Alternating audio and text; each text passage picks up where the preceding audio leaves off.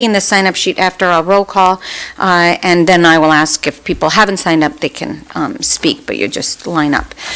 So we will start with, and I just did want to preface that we, by statute, by charter, we have two public hearings. We have one at 6 p.m. and one at 2 p.m., and that was to accommodate people that don't like to drive at night or have a night schedule. So, and our 6 p.m., we set the public hearings about a month in advance, and that had been posted on multiple sites. So we will start with roll call. Mr. Barnes. Present. Ms. Cantor. Here. Mr. Davidoff. Here. Mr. Dodge is absent. Ms. Fay is absent. Ms. Kerrigan's absent. Mr. Sweeney is absent. Mr. Winograd. Here. And Mr. Williams. Here. Yeah, and I think most of you have seen when you sign up, there were budget summaries on the table. I can't see if there are, but hopefully there still are. And Ms. LeBreau, if I can have the sign-up sheet. And I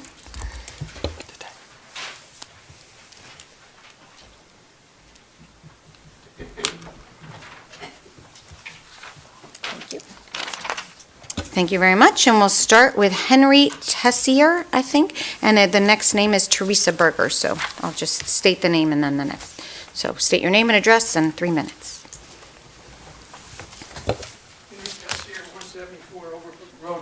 You have to speak into the mic so it Henry Tessier, 174 Overbrook Road, West Hartford, Connecticut. I've been a resident in town here for approximately 6 years, and I've seen town, the budget, continually increasing.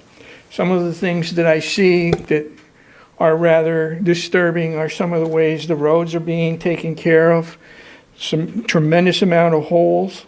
We had a water break by the MDC earlier this year, which included boulders rolling down the street that we were on, falling into our property, and other homes on the street were flooded because of this.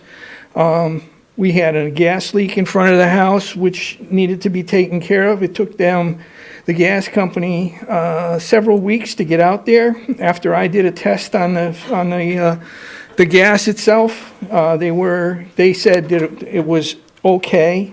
Unfortunately, it didn't fall in that category. It was 7.5%, which is well over the explosive limit, and it took them most of the night to fix it.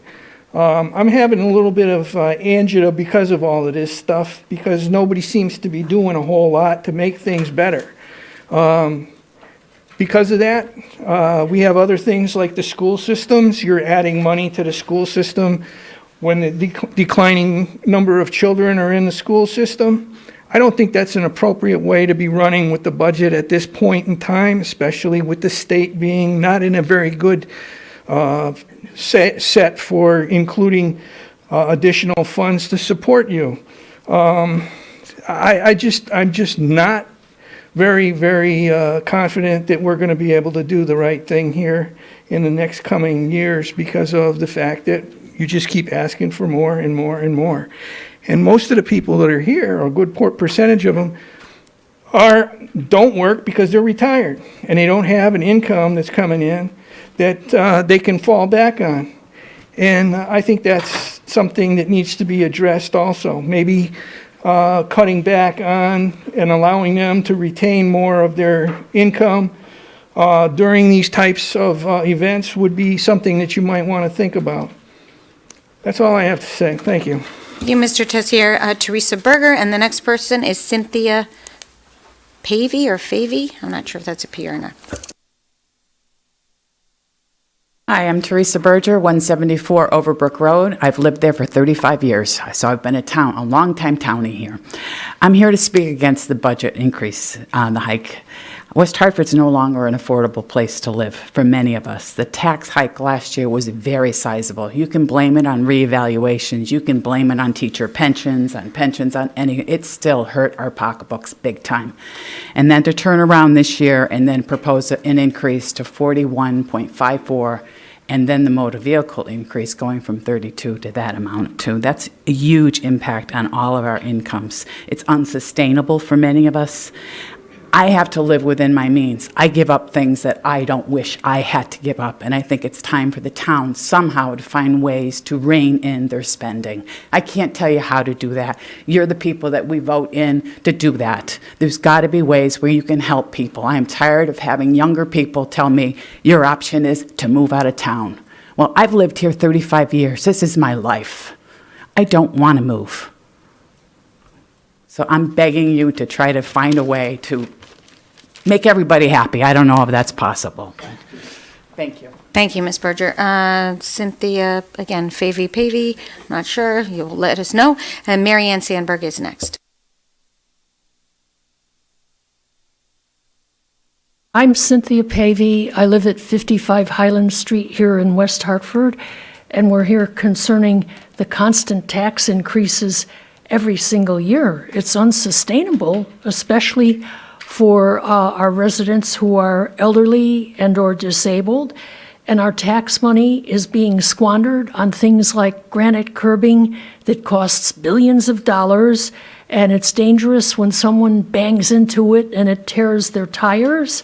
So we're really taxed out of existence. And West Hartford is no longer, quote, the town that cares. Some of these people are educated beyond their intelligence, but they have absolutely no common sense. And our landlord is forced to raise our rent. He sends us a letter July or August, tells us he has to raise our rent because the taxes go up, and then he spends 2 paragraphs apologizing for raising the rent because he knows we can't afford it at all. Thank you, Ms. Pavey. Mary Ann Sandberg. After that, Janice, Cyril, I'm not sure, on Gallaudet. Good afternoon, Madam Mayor, distinguished members of the Town Council, ladies and gentlemen. I come here today with a very heavy heart. I attend the business meetings of Elmwood and also of the Park Road Business Association. But I also represent the Sephardic community in West Hartford. And most of all, I represent parents of handicapped children. That, for me, is the hardest job that I ever do. Parents of handicapped children this year in West Hartford are extremely upset about the high cost, obviously, the increased cost of special education. I have been spending my year running around town explaining to parents that the state has done them a terrible injustice. The money we get from the Board of Education, it comes from the federal government. In 1968, the federal law for handicapped children, better known as 94-142, sections 502 to 508, describing what each of us needs to provide for children, has had to happen. It has taken me over 50 years of my life to get this law passed. And it has given me an opportunity with an autistic son who's 45 years old, the ability to help people in West Hartford and beyond in the federal program to get the best possible thing going. I come before you today because I have heard complaints about the high cost of special ed in this town and what we shouldn't be doing for our students. The federal government gives millions of dollars each year to the state. The state, instead of giving the money to the town, has been taking the money and putting it into the general fund. As you know, this is contributing to the high anxiety of this town and of these wonderful people who sit on the town council trying to do the right thing for our town. They do not get money, wages for what they do. They come here to volunteer their time for us, to help us to settle the town's problems. I am the first to agree with you that education in this town has gone through the roof. looking at the number of students, looking at the budget proposed, we can easily see that we're spending $16,000 to $17,000 a year educating one child. This is an impossible feat for any town when 57% of our budget is based on education. The answer, though, lies with each one of us in this room that have come today. It isn't just up to them who are voting for us, it's up to us. And it begins in the month of September, where we must take a look at the budget with them and say, these are the expenditures, what do we think we can cut successfully, and what do we think we need to keep? I am proposing a 4% budget cut this year in the town expenditures. I would like the town to look at, especially, the miscellaneous part of our budget and see if we can begin to cut some of that budget. We also need to put the Board of Education on notice, the parents on notice in this town. We can't afford this anymore. And that we need to realistically together come up with a better budget for next year. Thank you very much. Thank you, Ms. Sandberg. Next is, again, Janice, and I'm not, Sorrel, and the next person after that, Fran? It's Janice Sirallo, Sirallo. 15 Gallaudet Drive. And I first of all want to thank Mayor and the council for your service and for your volunteering for this town. I did review this, but I have to say it's like reading a law brief, and I want to say that I want to say thank you to you for making that salient plea on behalf of special needs students. As a nurse practitioner working with medically fragile children, her plea went right to my heart. So we can never forget this special cohort of children and the needs that they need in the school systems where I worked for many years and with DCF, Department of Children and Families. Now I'd like to say that I guess we need to start to think about doing some things differently in this town. I love this town. I graduated from Hall in 1960, blah, blah, blah, as did my husband, and had a very great education, as my children did and my grandchildren. But I think, unfortunately, I know there are some fixed costs due to bonding and unfunded pension liabilities. And maybe for starters, we can go back and look at things where we can maybe do some cutting. Now, the only thing I can relate to is that as a retired nurse practitioner from DCF, we were notified that 1199 went back to the drawing board with our what do I want to say? They went back to the drawing board looked at our retirees' health benefit pensions. And what they did, they came up with is that all the retirees, our health benefits were changed from Anthem to universal health care in order to save some monies. So is that a possibility to look at that for just retirees only? That happened. I know that the town estimated total pension medical net liability for retirees has grown substantially, up to 272% from 2009. So is there another way to look at how to fix those costs better for just the retirees? And that the pension liability is only 42% funded compared to that of years ago. So there are issues with employee compensation maybe to look at, such as overtime. And there's been flat to moderate growth in property taxes, et cetera. So those are my suggestions, and thank you very much. Thank you very much, Ms. Cirilla. Franz Milani? Frank Milani? Milani? McLean, sorry. And then Judy Allen.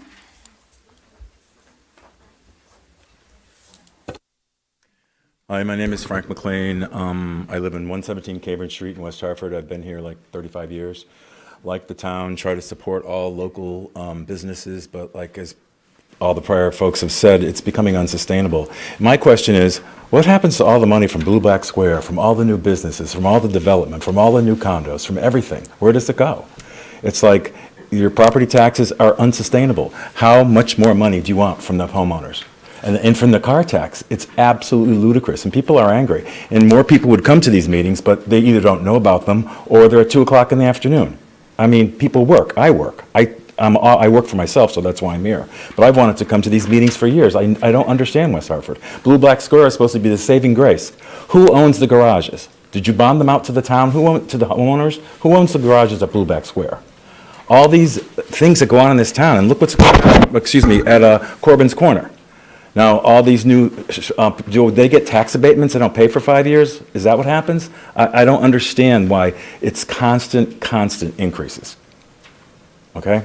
Thank you. We just received comment in this forum, but I'm happy to talk to you offline and answer some of your questions. I would, So, yes, okay, thank you, I appreciate it. Okay. Judy Allen, and after that, George Kennedy.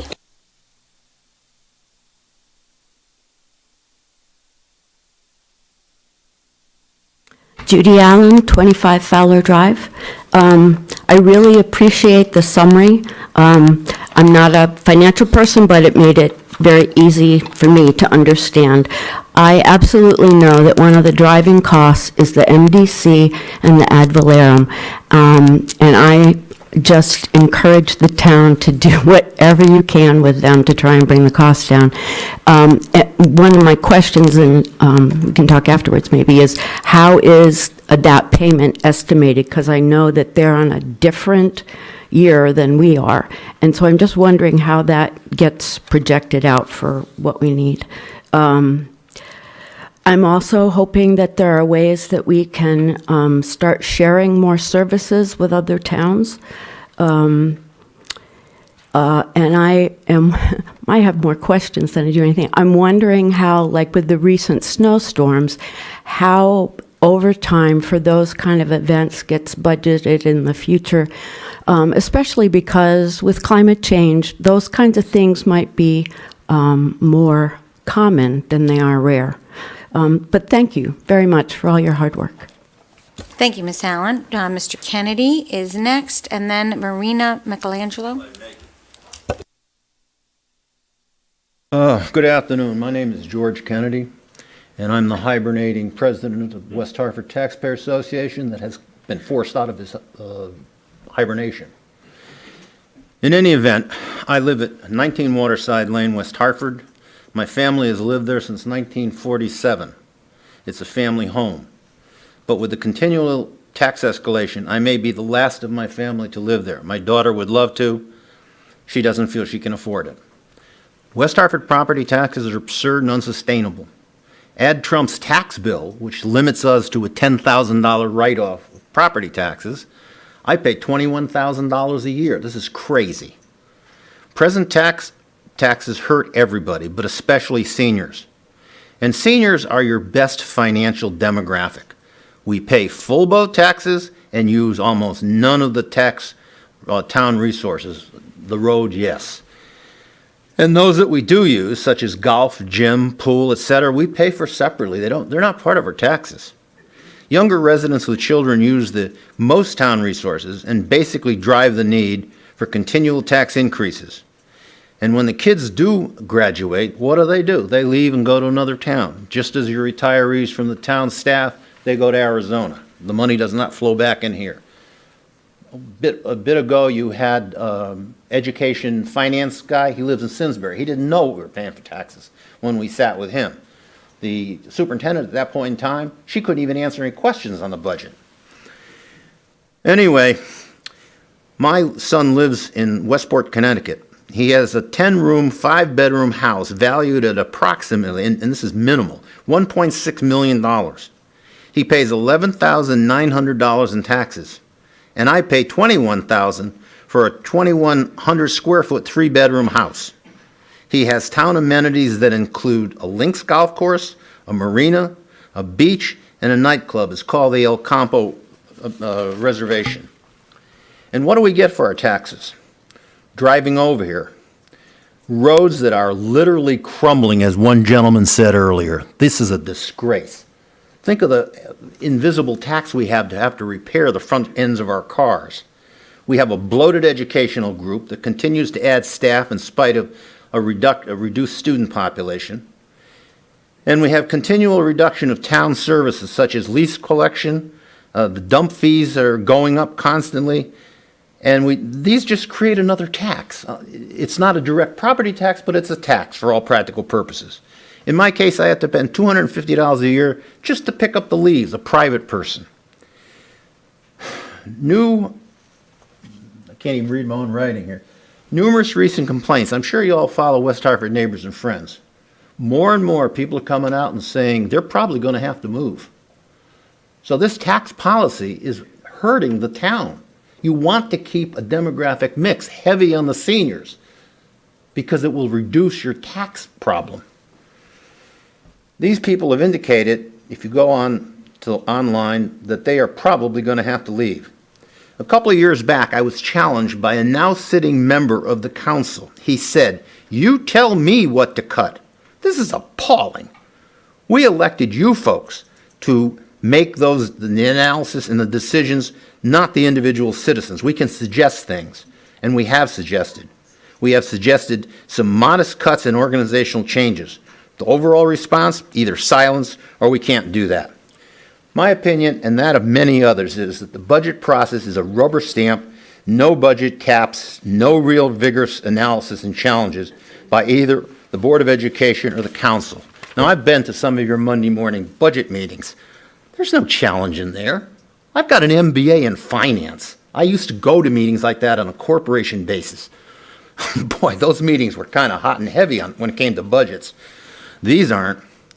In my opinion, is based upon having attended a number of your meetings.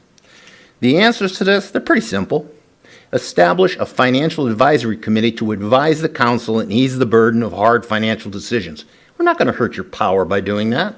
We're going to enhance it. You're going to get better analysis. Establish an automatic budget referendum so that the people can be involved. Other towns have it, we should have it too. Review and consolidate programs with surrounding towns and schools to avoid costly redundancies. Identify more town functions that can be regionally performed. And finally, just spend less. Thank you. Thank you, Mr. Kennedy. Marina Michelangelo, and next Patricia Hamilton.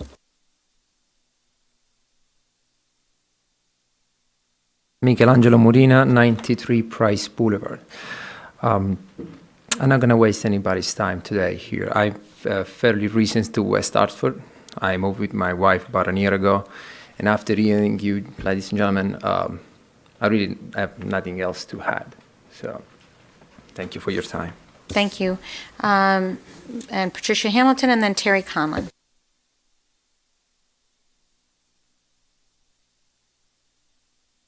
Good afternoon. My name is Patricia Hamilton, and I live at 307 Ridgewood Road.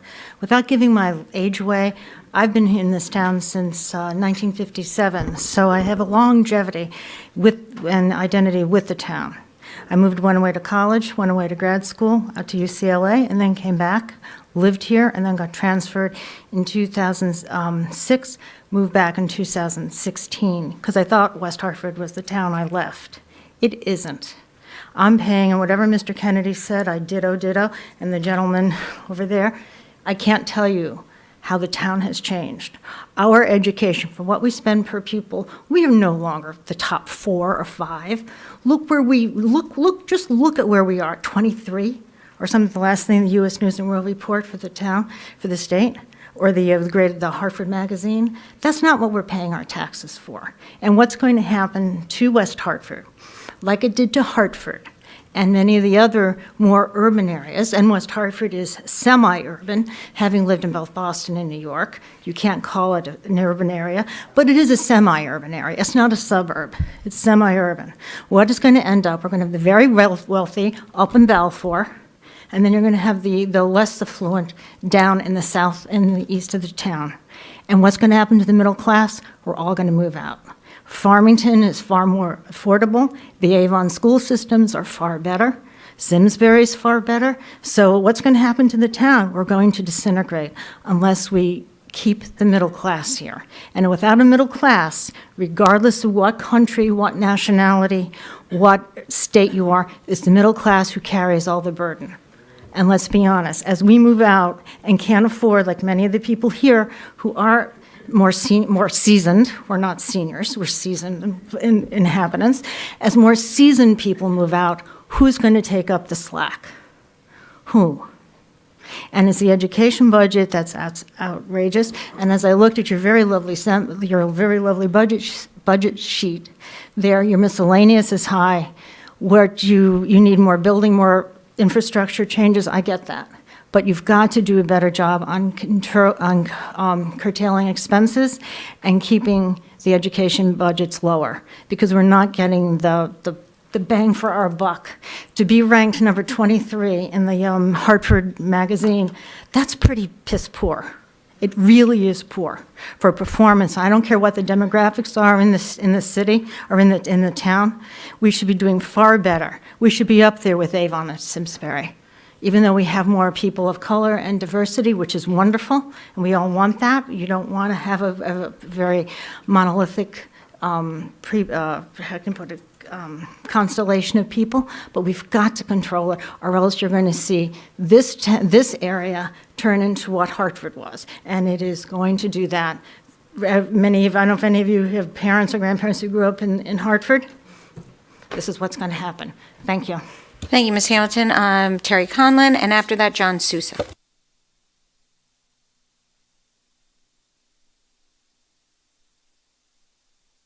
How you doing? Terry Conlon, 172 North Main Street, West Hartford. Council, thank you very much for taking the time to do this. I know it's a thankless job, and believe me, I know you don't get paid for it, and it's tough. I got to tell you, we got to cut cost. We got to cut cost all the way around. We have to stop letting MDC, the gas company, and the rest of these companies dig up our roads and not repair them correctly. I'm in the construction industry. They are not being compacted. They are not being put back to where they should be. That's what's making a lot of our roads break down. Okay, the roads, the asphalt doesn't have a long life cycle. We have to hold them accountable. We need compaction testing on those roads. We need to make sure that they're held accountable. They seal their joints. They come back and make good on anything they dug up, because the roads are absolutely terrible. And it's not fair to Mr. Phillips and his crew to incur the expenses in their budget to go out there and fix the roads from contractors that are doing work on our roads. Second of all, it's not a revenue problem. I mean, I remember I've been a town resident for 54 years here. I remember back in the Home Depot, the whole Home Depot, when we can't put Home Depot in, how it was going to generate tax revenue. Okay, now we have Blueback Square. We have more tax revenue. It's not just a revenue problem, it's a spend problem. And like I say, you guys have a thankless job, because I know where do you cut? No matter what you cut, somebody's not going to be happy. I get that. I totally get that. The Board of Education needs to make some drastic cuts. The town needs to make some drastic cuts.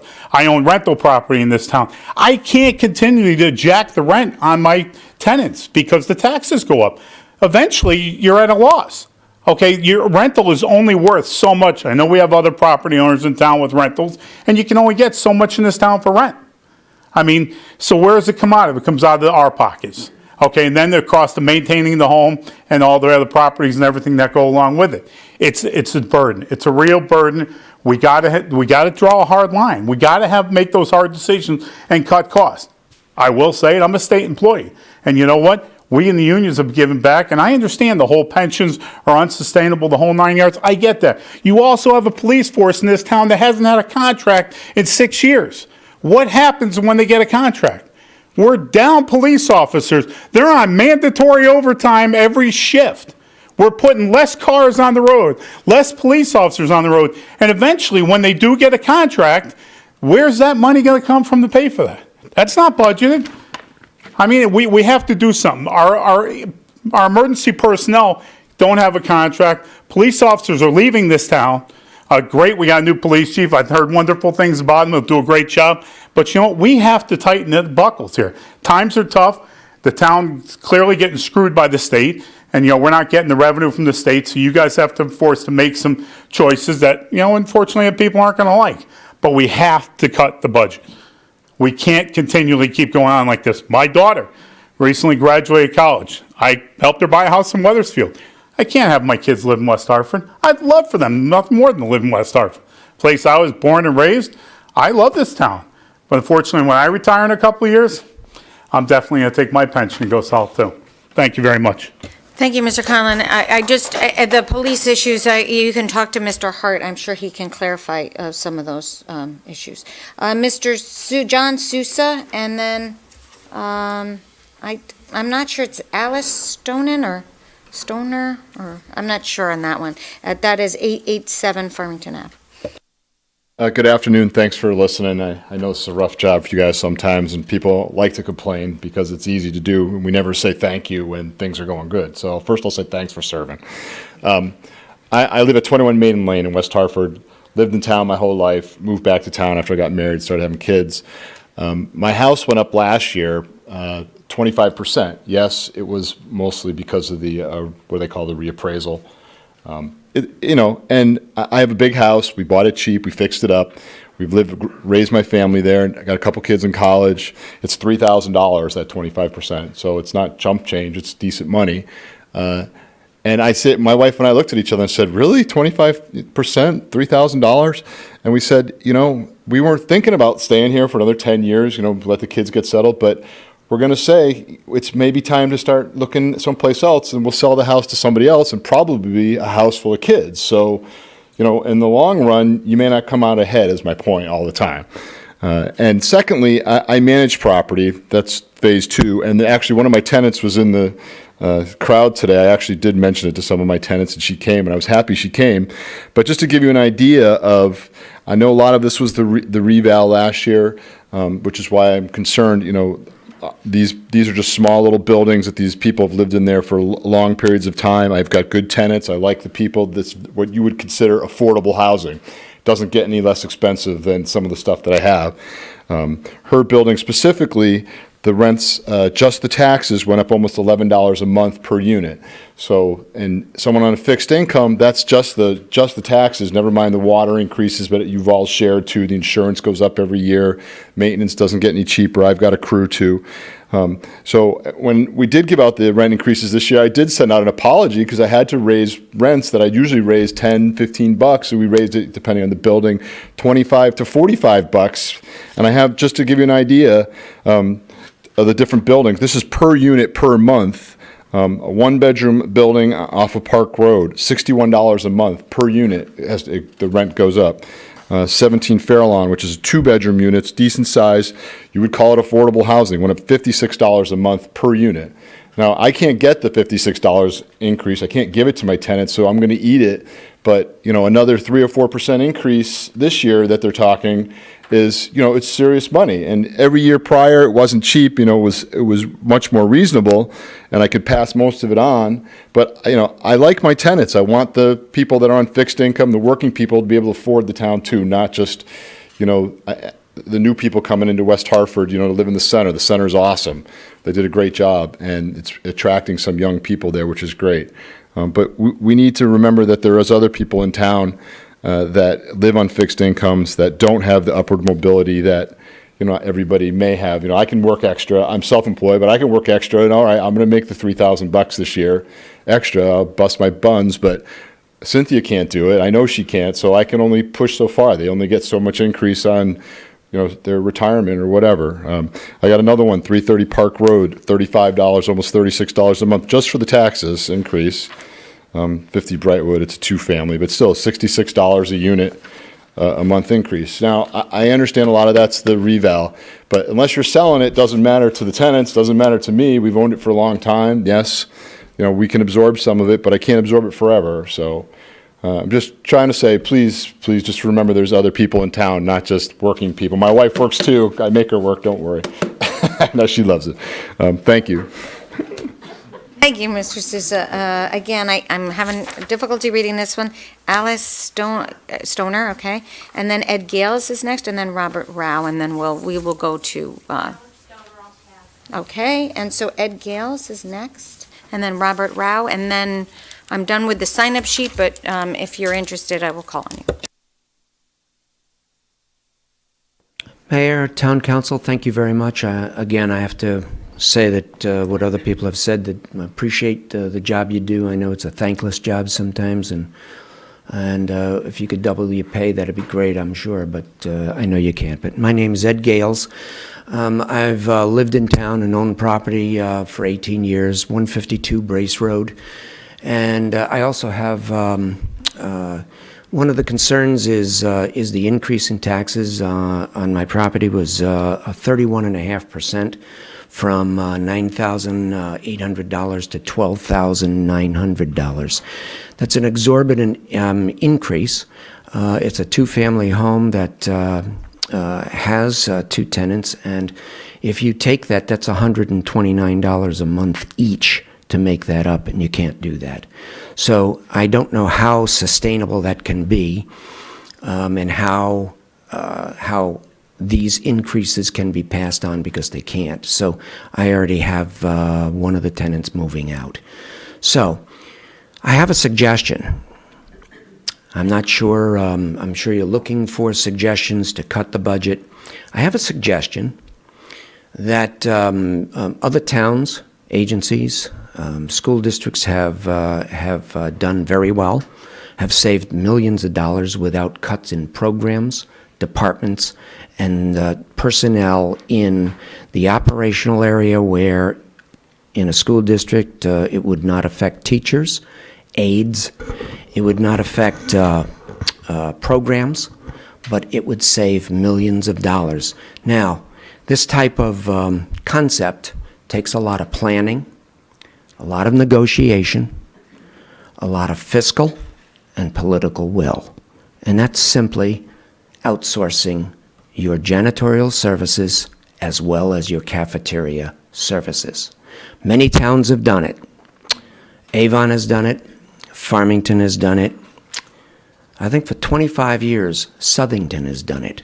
And there are many other towns that are doing it right now. Even the MDC, all of their buildings are outsourced and cleaned by contract services. Have you thought of that? I don't see anything in this. I don't see anything in your deliberations that has that concept been brought to light. So I don't think that you've actually thought of everything that can be cut. And if it's done in a school district, it does not affect any teacher. It doesn't affect the class size. It doesn't affect the aides or programs at all. You're not cutting those. You're keeping those.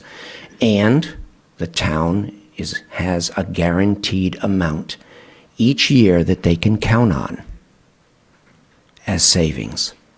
So I'd like to know if you have thought of that. However, that's not something that you can do next year. It takes planning. You have contracts. You have negotiations that you have to do, but there are ends to these contracts, and you have to start the negotiation now if the contracts are out 2 to 3 years. It works. Have you considered it? This is a public hearing. We received comment, but I'm sure somebody can follow up with you after. I understand. I'm simply asking to each one of you if you've thought of that concept, and if you have, why have you not implemented it? Because it'll keep your quality of education, it'll keep your class size the same, but it'll give you savings. So if you haven't thought of it, then you haven't thought of everything that can be cut. And it has been successful. It's not pioneer, it's not genius. It's simply having the fiscal and political will to do it, and the planning, because it's got to take place in the future when contracts end. And you do have the precedent. You can go to other towns and ask them, how did you do it? And they'll share that with you. So you have the precedent, you have the plan, all you need is the political will to do it. Thank you very much for your time. Thank you, Mr. Gales. Mr. Robert Rao, and then if you're interested, you can either line up on the side or raise your.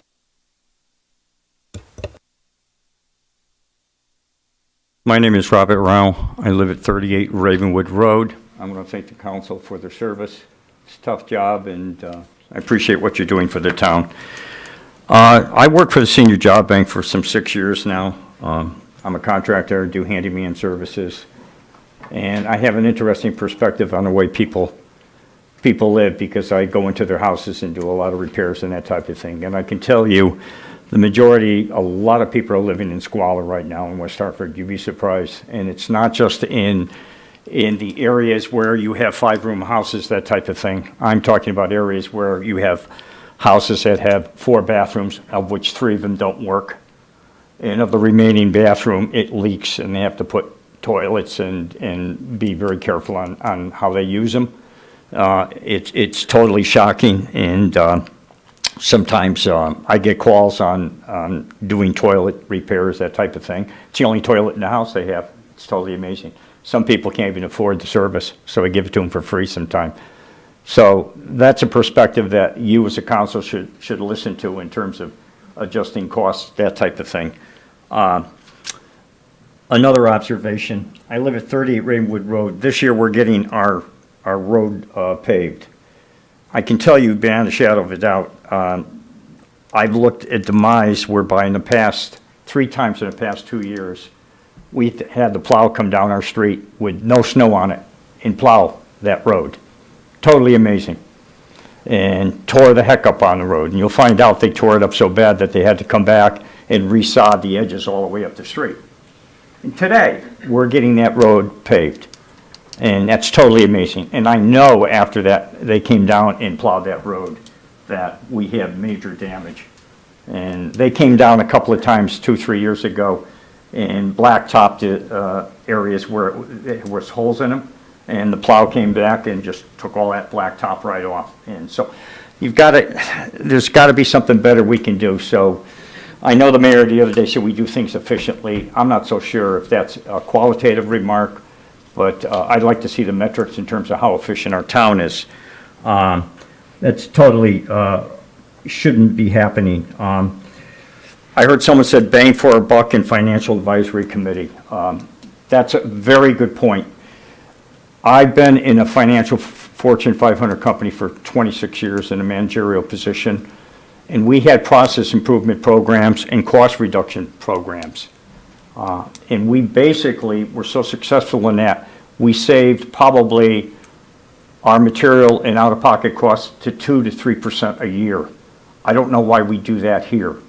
The reason we were so successful is each and every employee in our company had as part of their job description and part of their job review a requirement that they would identify cost reductions, process improvements, and they would bring them to fruition. Implement as well as define those improvements. And we saved 2 to 3% of our costs a year.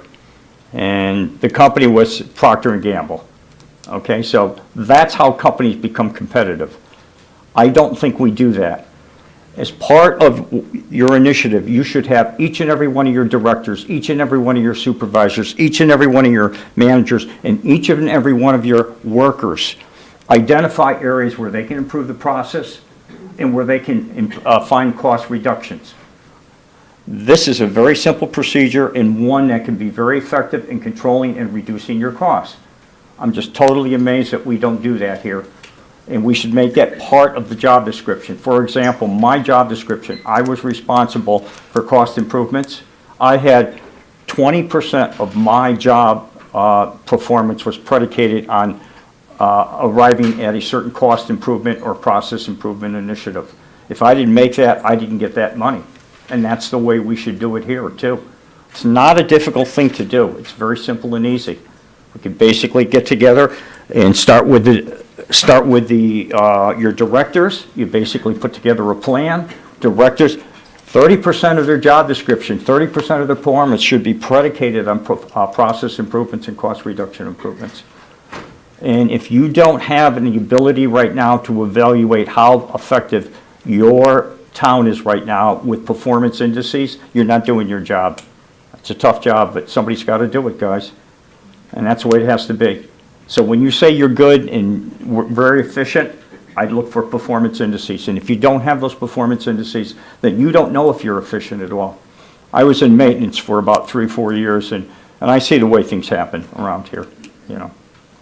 I see people driving around and all of a sudden they appear at another place in town and they just aimlessly drive in pickup trucks, that type of thing. We need to know, and we need to manage our people better. And I don't think we do that well. I really, really don't.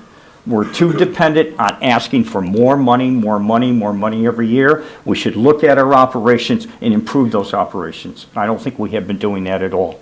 Thank you very much for your time. Thank you, Mr. Rao. And so, come on up and say your name and your address for the record, and 3 minutes unless you're representing a group, and it's 5. What's the last to put in? It's 3 minutes to speak unless you're representing a group, it's 5. Well, it's the first time I've heard of a time limit, and people have spoken for a lot more than 3 minutes, and I have something fairly important, I think, to address the council. Well, it's our guidelines for all public hearings, but we will give you a little leeway. If it's Thank much you. more, then we'll have to talk I'm not off going to go the- on and on. Thank you, thank you. My name is Robert Radin, R-A-D-I-N. I live at 781 Farmington Avenue, West Hartford. It's a 2.5 family house, so I rent the second and third floor.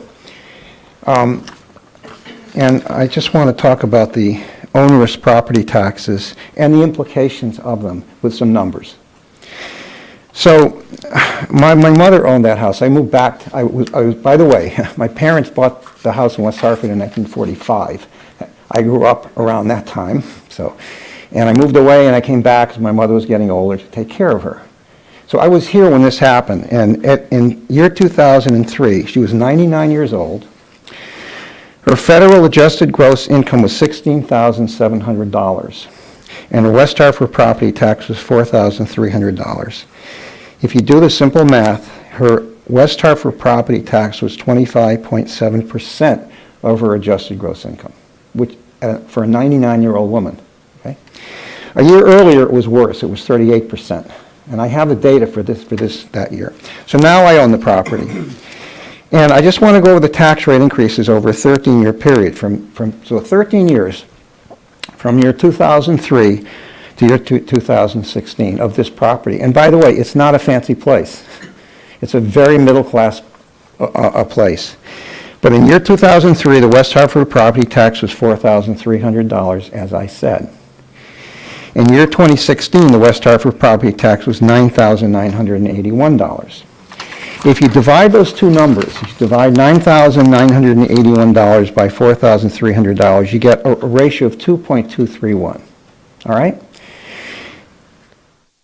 Extrapolate for the next 13 years, from 2016 to 2029. It's not that long in the life of a town, 13 years. The older I get, the faster the years go by.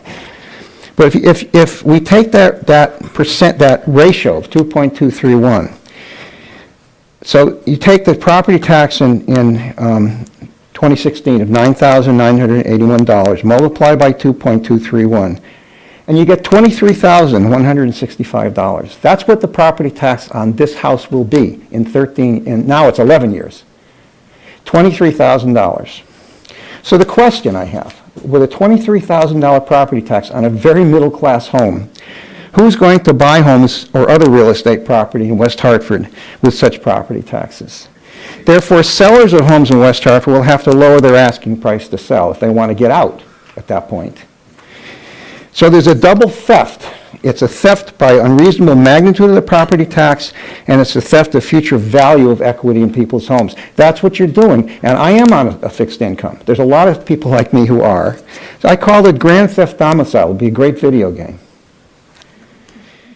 Now I want to give you proof. Proof that the West Hartford Town Council is already underway to assuring that 11 years from now, by 2029, the property tax will be 2.23 times as large as it was in 2016. As I say, on my home, for example, property tax in 2029 will be $23,000. Here's the math.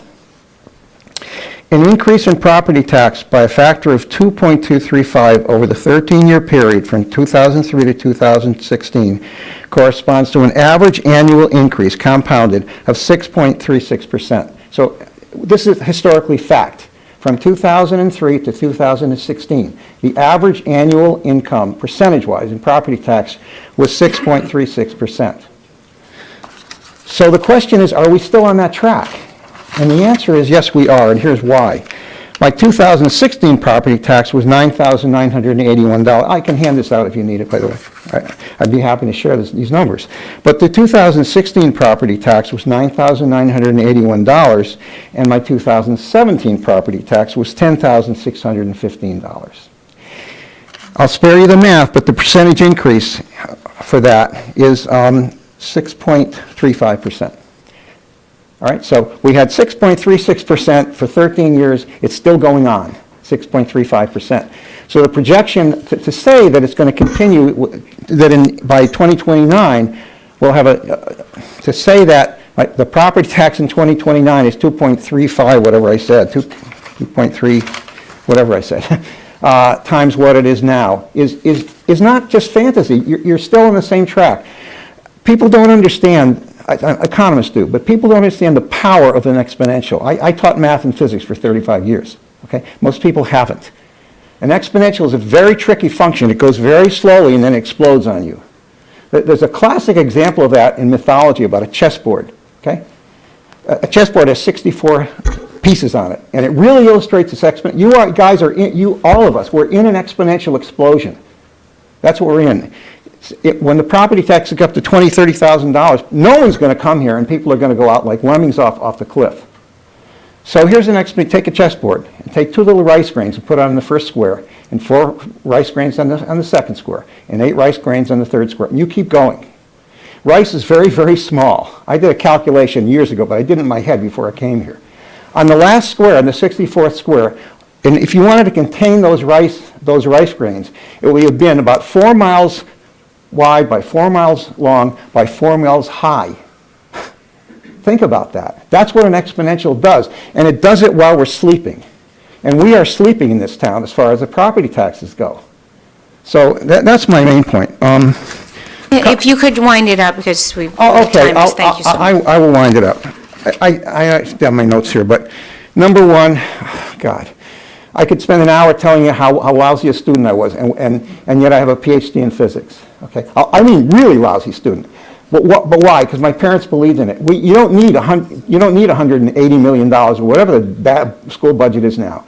You need parents who care about their students and inculcate the importance of education. It's obscene what the school budget is now. Absolutely obscene, and it's killing all of us. The second thing is, frankly, and this is going to piss off a lot. Someone used the word piss off. Can you borrow your verb? It's going to upset a lot of people. But I don't think it's fair that my mother, she put her kids through school and she paid her property taxes. Then she put 2 generations more through school and paid those property taxes. And then she got a property tax that would have driven her out of the house if I didn't pay it for her. Now it's happening to me. I think there should be a split. There should be a municipal tax and a school tax. And if you think that's insane, I know some people do, but there is a fellow here. I presented this issue back at the big meeting last March with the state reps, Derek Slapp and so on, and Beth By and all of that. And there was a fellow from Arizona who moved here a year ago from Arizona. He said, in Arizona they have exactly that. I have his card. I can talk to him about that. But they have a municipal tax and a school tax. And I think what should happen is there be some kind of a user fee. If you have 5 kids in school and you're renting an apartment, you're not paying anything. But it's not free. It's coming off the backs of people who have property with or without children. But I think there should be a split and there should be a user fee if you have kids in school. I know that's radical and it's onerous to a lot of people. I've taken a lot of time, so. Thank you very much. I appreciate it. Okay, next. He's right. Not totally, because the reason why I moved here was because I wanted the school system. But that's a debate for another time. Thank you. My name is Sean Daly. I live at 1779 Asylum Avenue in West Hartford. I've lived in the town for, close to 45 years. Graduated from Conard High School in 1984. Never thought I was going to stay here, but we found a great house on Asylum Avenue almost 20 years ago, and we've been there since. I don't want to waste your time with going over the damages that this proposal is doing. I think you guys know it. I think you guys know it when you proposed it, and now you're trying to figure out how to get it through. So what I'd like to do actually is spend a few moments talking about what we should or could be looking at for the future, as far as looking at where we can cut or where we can, or where in the budget we should be looking at. Because I do, Matt, you had a great opportunity to endear yourself to this town, and I think you blew it a little. You should have known better than to propose or be with the council to talk about proposing such a huge hike, especially at this time, at these economic times. Yes, most of the country is growing, but it sure as heck is not in Connecticut or in West Hartford. So with that said, we do know that 80% of the Board of Education budget is really based, we know, in three areas: salaries, pensions, healthcare.